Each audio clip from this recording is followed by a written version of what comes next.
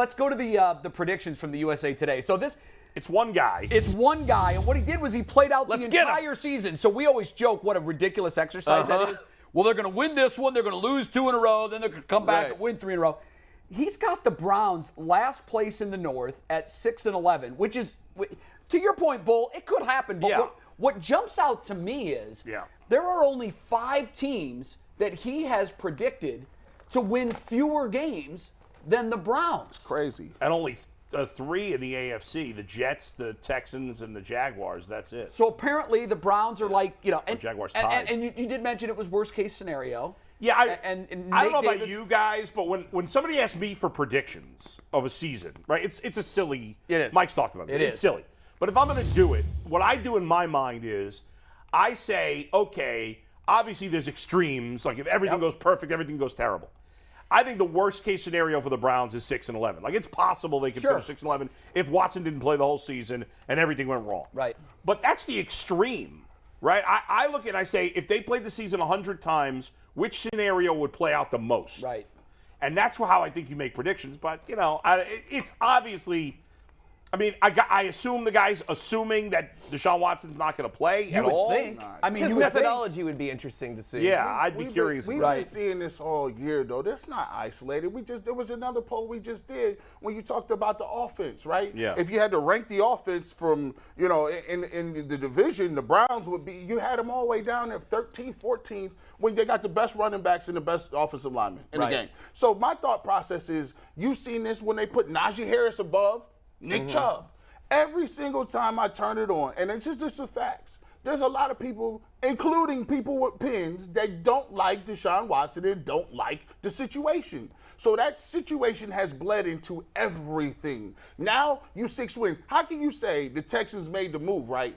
But they only 3 games better than the Browns? Well, let me ask you this, though, G. Bush, because I don't know that it's so much that they don't like him.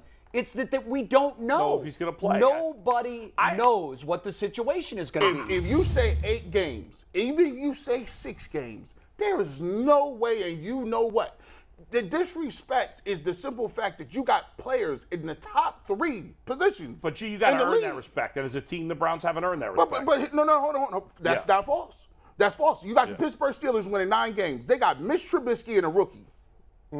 And they 9 games. Well, but I think he's wrong about that too. But I don't care. I mean, I get worked up about plenty of stuff. But some random dude at USA Today picking them to win 6 games. Watch this, Bull. Guess what? Yeah. We're gonna talk to Jen later, right? Right. Clay Matthews ain't in the Hall of Fame. Why you think it is? If he had a Steelers jersey, he'd be in the Hall of Fame. Well, because he'd have the number of Super Bowls under his belt. I don't agree with that, Toll. I don't know about that. No, I'm asking you. Winning factors in. Well, if he was with the Steelers, though, he would have won Super Bowls, and that would. What keeps Clay out is he never played in a Super Bowl. Gee, the Bengals got 2 guys in this final cut, Ken Anderson and Ken Riley. It's not like they have a following or that people love the Bengals. Here's the thing. You can't take an isolated incident, right? But when you look at the totality of it, the Cleveland Browns are always, you guys are a dumpster fire. You guys messed it up. But that's true. Has been true for the most part. But here's the thing. But you can't have it both ways. You can't say, hey, we want continuity. We want you guys to get aggressive. We want you to guys go out and go for it. They go for it. The Cleveland Browns have messed up their career. They just want to Bull's point, they want to see it. I think, and I'm okay with that. You've got to prove that you are who everyone thinks you are. Last year, and you know what?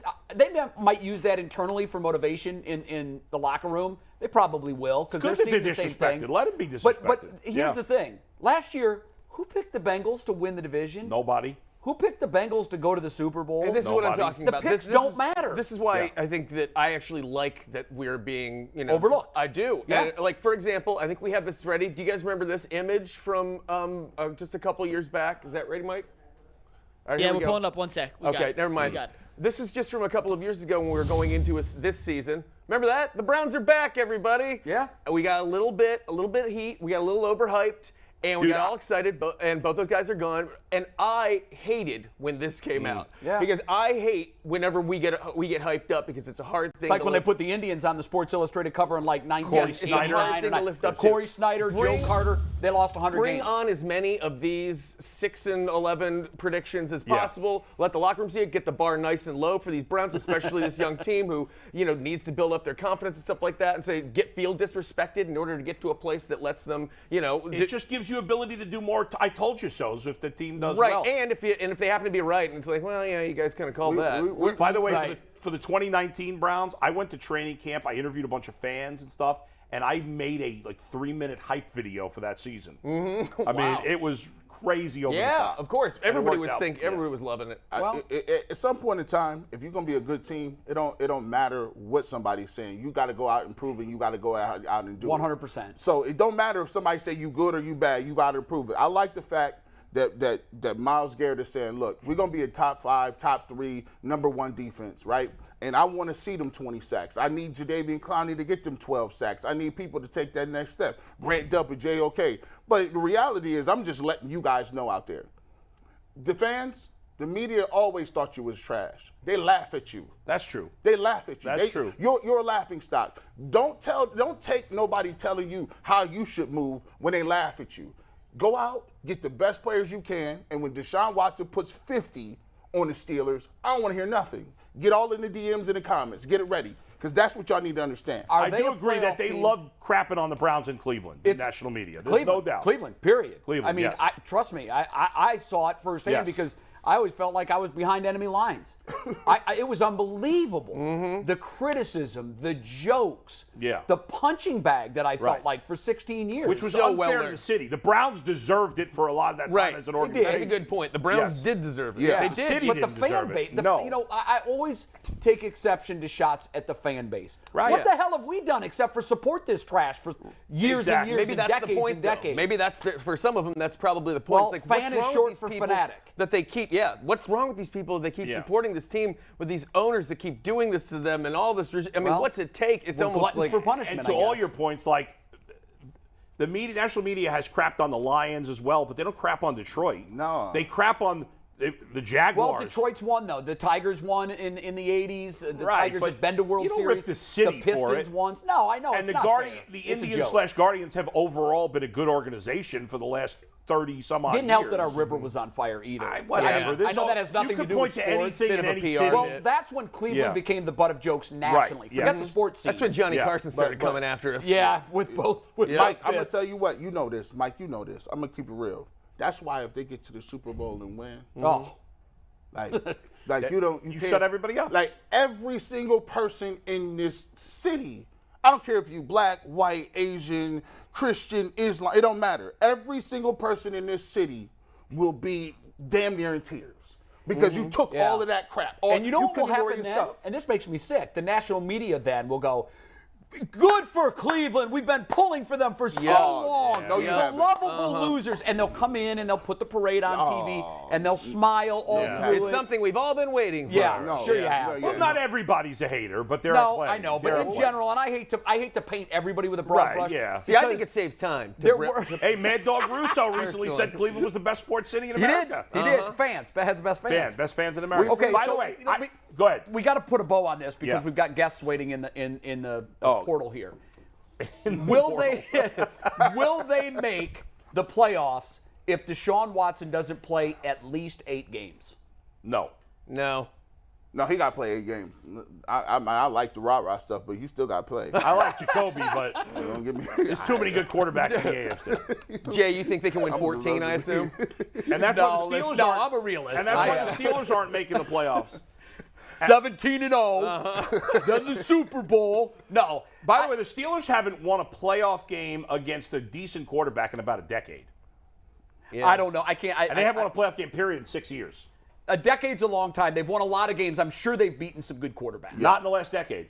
That's a I'm going to find it. I'll guarantee you in the last 10 years they've beaten a good quarterback. And In the could playoffs. Oh, in the playoffs. in the playoffs. yeah, let's Okay, in the playoffs, Yeah, no. we could ask Let's Aditi. ask Who might Aditi. know is Yeah, Aditi. she's here. Aditi joins us now via the Yeah. Gridiron Guys hotline. Are you looking for a local roofer you can trust? Family owned Am since I? 2003, the Gridiron Guys have grown to become Northeast Ohio's top-rated roofers. Get ready. They exemplify quality work practices and are a valued resource for homeowners and offer a 10-year workmanship warranty. Call 330-573-7967 today for a free estimate or roof inspection. Gridiron guys. Oh, I like that. I did Two some part harmony. harmony. We I like got, that. That's good. listen, we got the harmony popping. Yeah. Gridiron, hit me up. You your boy over here. I got it. We can put that No, in. I like I it. feel We'll be now like we Earth, all- Wind, we I like apply the some Mike beatbox chime to in. that. Yeah. I love it. That's him here. You can add a little humming. We got Aditi, did you know Bull was such a musician in all your time? She had working no with him on the idea. radio? No, all the years that I've known him, I did not know that. But Bull, I'm Yeah. about to come on. We're about to talk, and you're checking your phone. Well, How's that no, supposed to he's make trying me to feel? back up his I statement. had to double check the Steelers thing, but you know what? I will put down my phone. Well, you're 'cause- right. They lost to Blake Bortles in the playoffs. They lost to Embarrassing. Tim Tebow in the playoffs. I don't think Embarrassing. that actually qualifies as who did they beat in the playoffs? The year that they beat Miami, it was, tell me his name. Who was the quarterback? Matt Moore? Yeah, I Jay think so. Feely? Jay Feely was a kicker. AJ Feely was a Well, quarterback. the No, year Jay that they Fiedler is lost who I'm thinking Tom of, Brady maybe. in the AFC title game. Yeah. And then, why am I losing this? I don't know. Miami. Yeah, it had to have been Matt It Moore, was Matt right? Moore, confirmed. He Matt went Moore. 29 of 36, 289 yards, 1 touchdown, 1 interception. You lost me at Tim Tebow. That was a rough one, huh? I mean, that was 11 years ago? 11 years ago? That's no good. Their That last was playoff 2000 win. That was after they went to the Super Bowl against Aaron Rodgers. They lost to Blake Bortles, of course. That was a few years ago. Mm-hmm. They lost to Baker Mayfield. You're not calling him a great quarterback to have lost to in the playoffs, are you? No, I'm saying they have their only playoff wins are against their last playoff win. The quarterback was Brock Osweiler, who's absolute trash. We had him. Well, let me Well, ask you Brock this.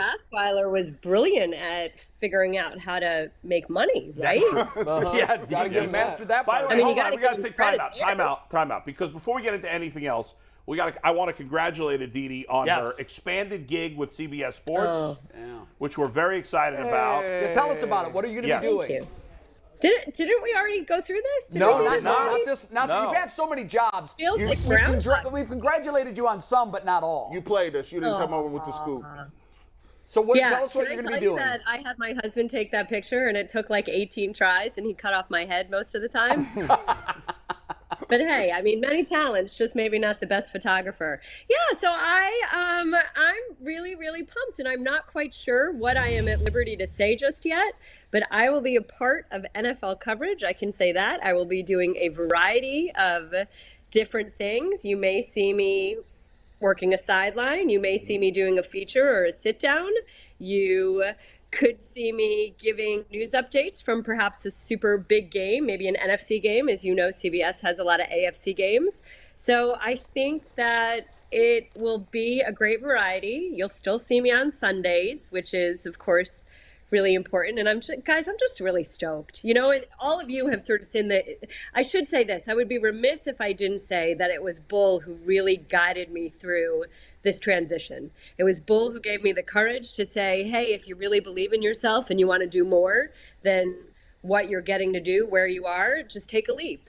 And it was Bull who believed in me when I didn't necessarily believe in myself. And so there were many, many phone conversations where I called him crying and hung up smiling. Because I think this was Now, Bull, Hey, Thank Bull, you. You Bull didn't just say did the that, but same thank thing. you. So, I mean, you've Yes. just sort of navigated that space Yeah, yourself. because I had And been Jay, in the that same was it. spot you were in. Yeah, and I was nervous at times too when I made my decision, and I know you were. And you don't need to thank me at all. That's what friends are for. But I'm so happy for you. I know you're doing the podcast with the Hall of Fame. You're doing the Browns preseason. It's all coming together as it should. I'm But not just don't surprised at forget all. about and the Ultimate I think Cleveland it's about Sports Show. variety, right? Yeah. It's just, yes, this is something I'm super pumped about, and I'll be in Canton next week, and we're getting going on this.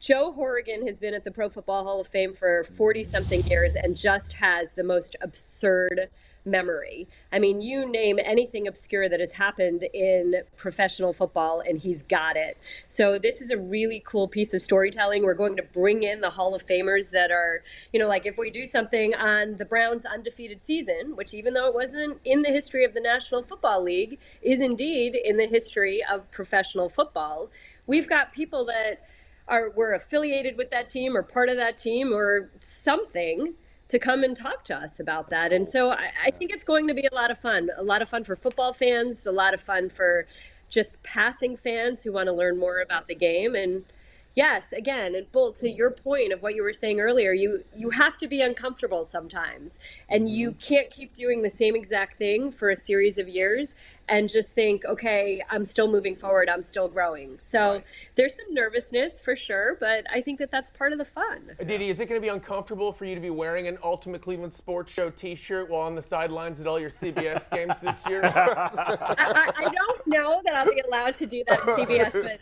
funny story, I did actually just talk to one of my superiors at CBS and said, hey, is it okay if the rest of the crew for the Browns games are wearing Browns polos, that I wear a Browns polo as well?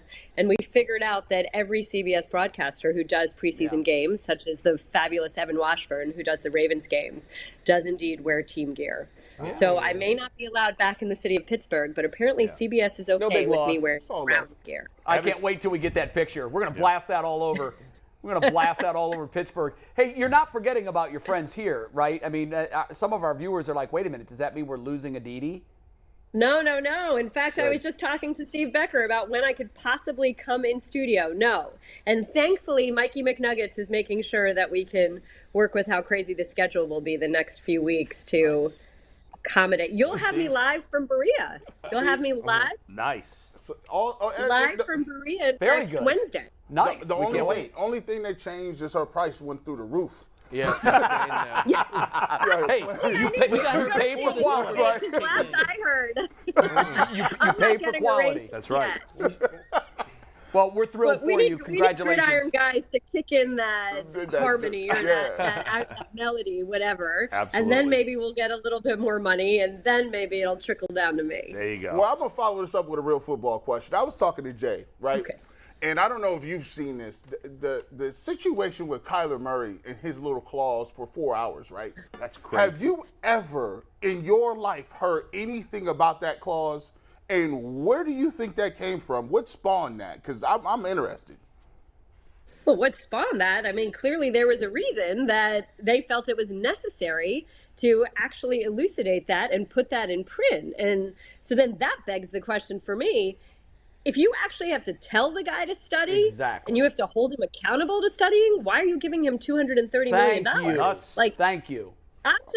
It just blows my mind. I'm sorry. It really, really, truly does. But I mean, sure, we've heard that. Everybody knows the story of Jamarcus Russell and the blank DVDs. And, we know that there are certain quarterbacks that really put in the time above and beyond when they're in the building in the mandated hours. That was a storyline in Cleveland a few years ago when Hard Knocks was catching Tyrod Taylor coming in at dawn and leaving when it was dark out. And Johnny Manziel before that. Stop.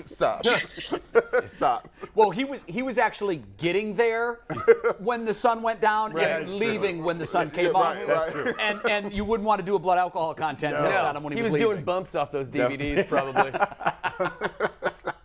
He was looking at DVDs all right.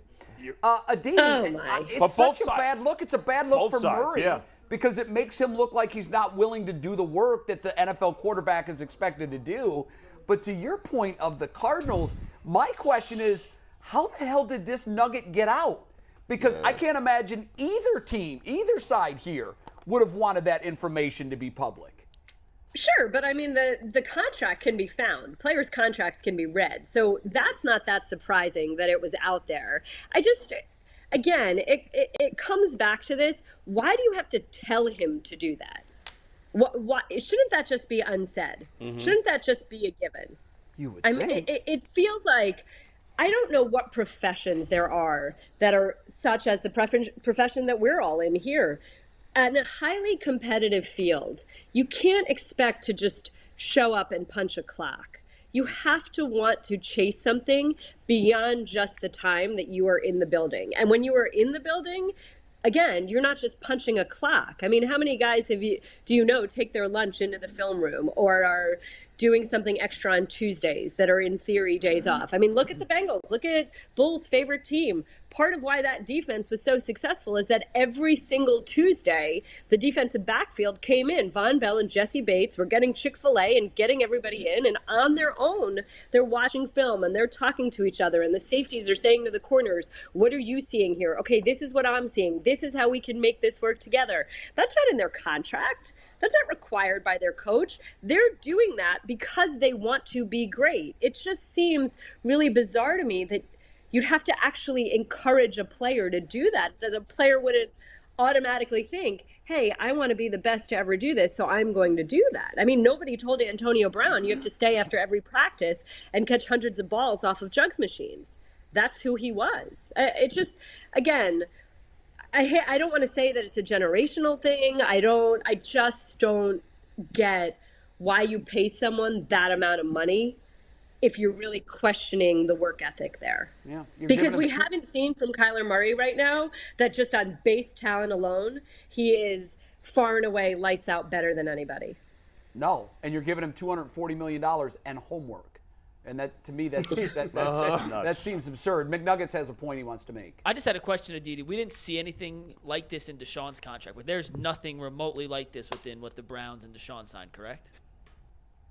Not that I've been made aware of, but again, of all the, not to minimize or diminish any of the other baggage, but at least on the field, I have never heard anybody question Deshaun Watson's commitment or focus or energies or where he directs his work on the field on that piece. So maybe that's why it didn't have to actually be written in. I mean, in some ways, look, guys have weight clauses, right? Like you're fined if you are above a certain weight, or you get a bonus if you keep clocking in at a certain weight. I just went out with Cam Hayward's mom, and she was telling me that Cam's dad, Craig Ironhead Hayward, 1 year with, I believe it was the Bears, there was a clause in the contract that every single week when he weighed 260 pounds or less, it was whatever it was, $10,000. So, I mean, I guess if you're going to monitor somebody's weight or tie somebody's pay to his weight or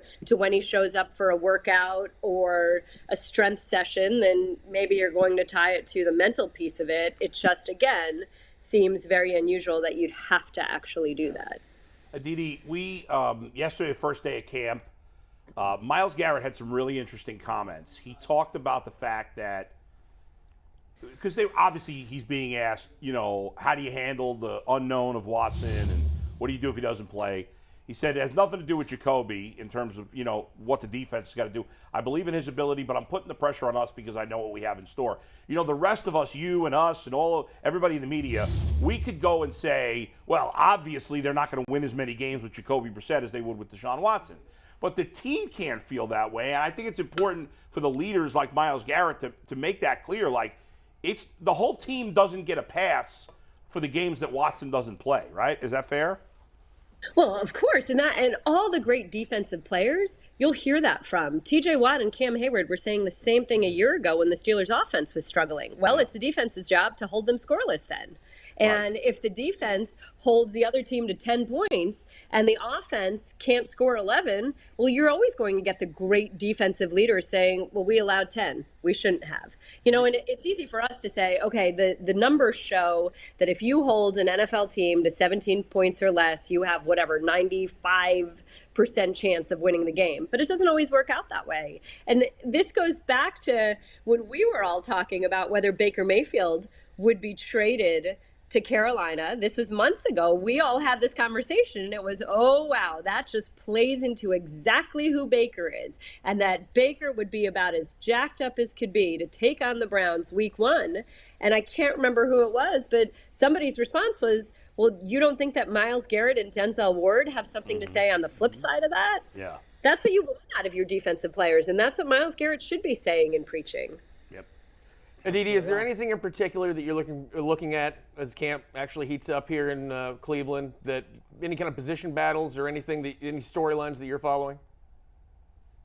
Well, yeah, I want to see what the wide receivers do, right? I want to see, is David Njoku really a number 2 target? Is David Njoku a different guy now that he's got this money? And I mean that in a positive way. Is he a guy that's going out and fuel to prove and justify why he got that money and that he should be a bigger threat and a more reliable option? I want to see who lines up behind Amari Cooper, what other options there are. I'm still excited to see Harrison Bryant since Kevin Stefanski's been so bullish on him since, I don't know, the spring, right? In the spring, he was telling us he was bullish on him. I think Donovan Peoples-Jones looked really good, showed us some big flashes last year. I remember being on the field during training camp, and he caught a big touchdown right behind me when I was doing a live shot. I'm excited about him. I'm excited to see Josh Dobbs because he's one of my favorite people in the NFL. And I loved what Kevin Stefanski had to say about him yesterday. Am I allowed to have a personal feeling like that? Can I just say, hey, he's the guy that makes me smile? I'm excited to see him. I'm sure Josh Dobbs is thrilled to have someone excited to see him, and I'm glad that it's you. I mean, good for him. This guy. You know? Did you guys know Josh Dobbs? You need to spend a little time with Josh Dobbs. Not only is he brilliant, because he really is a true life rocket scientist, yes, but he's just one of the nicest guys. Get him in here. Really, we'd love to talk to Josh Dobbs. Yeah, bring him in with you. Yeah. Bring the Dauber. We should do that. We'll talk NASA. Bring Cat and Dobbs. We'll talk. You guys know how we've talked a lot about random Madden ratings last couple weeks? Yeah. Josh Dobbs, #1 truck rating for all quarterbacks in the NFL in Madden. Where did I don't they get pull it. that from? Really? I don't get it. What is Josh truck Dobbs rating, tweeted by it the out. way? Yeah, we'll pull it up. Give me 1 sec. Oh, running over people? Well, is he that guy, Aditi? He's barely been on the field. How would they know how are that? they going to know that he's going to run people over? Because he can? Because he's strong? You know, it's so funny because I spent a few years lobbying Mike Tomlin. Why can't you just use him as your change of pace guy? You know, the Steelers never used a second quarterback. But it was kind of like if Drew Brees was willing to come off the field for Taysom Hill a few times, why couldn't Ben come off for Josh Dobbs a couple times? Yeah. You know? Because and of Ben course, Mike Tomlin, as usual, did not listen to me, but hey. Should have. Ben was a truck himself. So, you know, in some cases, you can see why Drew would come off the field because it gives you a different look. Deshaun Watson, #6 in the truck rating. This is unacceptable. Baker Mayfield, #7. Unacceptable Baker list. Mayfield 7. Josh Allen He couldn't truck me. Josh Allen is #1 by a wide margin. He should be at least 89 in trucking. That's true. Yeah, this is my favorite stat I that I was think some unaware of of. it is attitude, too, right? Like, how do we even know Malik Willis is there? We haven't Right, seen never Malik played. Willis Right. do anything in Trey the National Lance? Football That guy League. doesn't look tough. They need to get. I'll truck Baker Mayfield any day of the week. Can we get that? I'll truck him. Can we set that up? I would love to Oklahoma see it. drill. Oklahoma He drill. can't truck Bulls me. and Baker. Listen, 300 plus pounds. He ain't trucking me. Go for the weak shoulder. That's what I'd scream. what do you Hey think, guys, Aditi? you know who's an underrated trucker is Joe Burrow. Joe Burrow plays quarterback Yeah, no, like a he'll linebacker. drop his shoulder. Yeah. He will. definitely He will. Sometimes Jameis to his detriment. Winston? I mean, I remember talking to the Bengals offensive coordinator, Brian Callahan, last year about you can't necessarily coach that out of him, but you hope he grows out of it at some point. Yeah. Well, Jameis? Yeah, I don't know, but I think the whole Madden rating. I mean, if Jamar Chase isn't a top 10 receiver, yeah, really, I know. I'm with you. if Minka Fitzpatrick isn't a top 10 safety, Yeah, it's just, right. I don't know. Some of it feels a little funny to me. All right, let me hit you, Aditi, and you guys with these crazy numbers I saw. I'll give credit to ESPN. They had this article. 2 bizarre stats that show how unlucky the Browns were last year, and you'd think, just because luck changes, that maybe the Browns will get lucky, since we're speaking of numbers. Did you know the Browns' opponents did not miss a single field goal last year, except the one that was blocked in the second game of the year? So any kick that got past the line of scrimmage against the Browns was made. I knew that. Not a single. You knew that? That's I saw that. That blew insane. my mind. I saw that like 2 or 3 days ago. Yeah, it's crazy. Wow. Is that luck, or is that a statement on your special teams, on your field goal defense unit? Aditi, I mean, yeah, you're going to block one here and there, but for the most part, Yeah. most kicks are at least off the kicker's foot. A small percentage of them get blocked. Right. But I think that is Sure, but luck. like, can you That's a at lot of least that's like with luck. your push maybe adjust the way the kicker feels or rushes the kick or the We need snap? context. I want to know if one. I don't know. Was there one I don't team know that had like anything about the 15 of whole them? operation. Well, right now, just look at the kick average. The kick made average Yeah. for the league is, I'm guessing it would be in the 80 percentile. I could be wrong. It could be lower than that. Just field goals? Just field goals. It's a little lower than that. 70 okay, something. even 70s. Yeah. So for a team to have a 100% kick against, that's just bad luck. That's just crazy bad luck. At least some of it is bad luck. I would say most, if not all of it. Could they have forced more blocks? Yeah. Probably. You have 3 really good kickers for other teams here. In the division. Yeah, that's true. And that you're playing 6 games against those guys. Now this is also some luck, but there's more to it than just luck with this one. The Browns on fumbles, whether they fumbled on offense or whether where the other team's offense fumbled and they were on defense, or there was a fumble on special teams, the Browns recovered 35% of all fumbles in their games, the lowest percentage in the entire league. You know, that one's more skill-based. There's some luck there. That's coaching. That's not luck. Right, but there's some luck because the ball could bounce or whatever. Yeah. Yeah, maybe, but not to the tune of 35%. No, worse in the more league. ball aware. That's something that I thought was like, you think about that. Even if you're at 45%, that's another 3-4 fumbles go your way. That could be the difference between a game or two. What was the next lowest? I didn't see the next lowest, but I just know that was the lowest in the Aditi, league. to that point, I think last year, that's why it was interesting to me that they made such a pivot as an organization. Last year, in total, there were a lot of fluky things like that. The COVID, I know all teams were dealing with COVID. It just felt like when the Browns were hit with it, it was the absolute worst possible timing. The Baker injury, the Odell thing blowing up. It was just like, in total, it seemed like they were losing the dial on the 8 ball every turn. It was coming up negative. But Jay, let me stop you. Sure. Every single fan base could sit here and say something like that. They You can. don't think that John Harbaugh and the Ravens fans last year, they had 20 major contributors. Sure. 20. I'm not talking about 20 guys. I'm talking I about get it. 20 starters and major contributors that went on IR. They didn't have Lamar Jackson for the whole tail end of the season, and they lost 5 games by 1 or 2 points? Yeah. Nearly beat the Well, that's Packers, the league, nearly though. beat the Rams. I mean, you could say that the Ravens could say that 2 years ago when the Steelers started 11-0, they got screwed by the whole Titans COVID situation, then by the Ravens COVID situation. Then they were screaming at that time, "Hey, we're doing everything right, but we're getting affected by it." I'm sure that the nature of whatever your fan base is. There were also and I teams think last it's year, hard though, to say that the Browns were any more unlucky than anybody else. But there were also teams last year, and this happens every year. There were teams last year where he's like, wow, they're getting one break after another. And part of going to the Super Bowl, of course, it has a lot to do with your roster.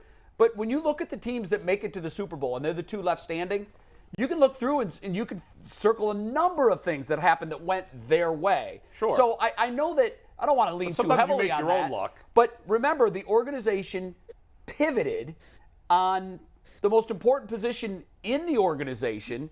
And to your point, and this is the NFL in general, an 11-6 can just as easily be a 6-11. The margin between that is so narrow that's why the Bengals were able to do what they did last year. They weren't a horrible team 2 years ago. They just got a lot of bad breaks. They put a lot of things together. Well, they were pretty bad 2 years ago, especially when Burrow got hurt. Well, yeah, but that's a bad break. Yeah. That's a bad break. They didn't have that break last year. They were in the Super Bowl. McNuggets is screaming at me. What do we have to do mailbag? Yeah, we got to do mailbag because we have Jen Matthews coming on next. But okay. Aditi, we got some great questions for you from the mailbag that we need you to answer for us. And as always, when we ask the internet for questions, it's brought to you by PCC Airfoils. Are you looking for a job with career advancement and great benefits? PCC Airfoils is a leading manufacturer in Northeast Ohio. All locations of PCC Airfoils at Eastlake, Mentor, Wickliffe, and Minerva are hiring for all positions starting at $18 and up, plus full benefit packages, paid time off, and a signing bonus. Apply online at precast.com/careers to learn more. The devil went down to Georgia. He was looking for a PCC Airfoils to steal. I feel like you're reaching. That's a huge reach right there. That was a huge reach. Wow. And It's just a song you like. The tone and delivery, I think you're reaching immediately. I have to come up with a million different songs every day. I understand. Sometimes they're going to be a reach. Yeah, Mike was on it at Jump, though. You didn't even have the lyric out of your mouth. I think you're reaching. It didn't rhyme. It didn't go. I appreciate the effort. At all. Yeah. But it was Okay. effort. Yeah. It I'm was with you, A Mike. for effort. No, it wasn't really that much. What do of we an got effort, for Aditi, Mike? If I had a better effort, it would have been a better We have song. Jen in the portal, so Pivoting we're going to run through these immediately. pretty quick. Okay. We put out a tweet yesterday. portal. You can take tag board, Steve. You got a officially the question for portal now. Aditi It is the about portal. Browns training camp or anything else? Drop it below. We may ask him on the show tomorrow, which we did.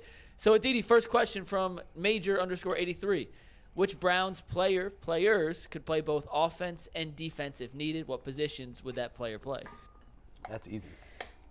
Myles Garrett could play wherever he wants. He could absolutely be a fullback, I think. Can you imagine Myles Garrett clearing the way for Nick Chubb or Kareem Hunt? That sounds like fun. I mean, Love does that feel like a cop-out? I would No, take it's a John Johnson as a slot receiver.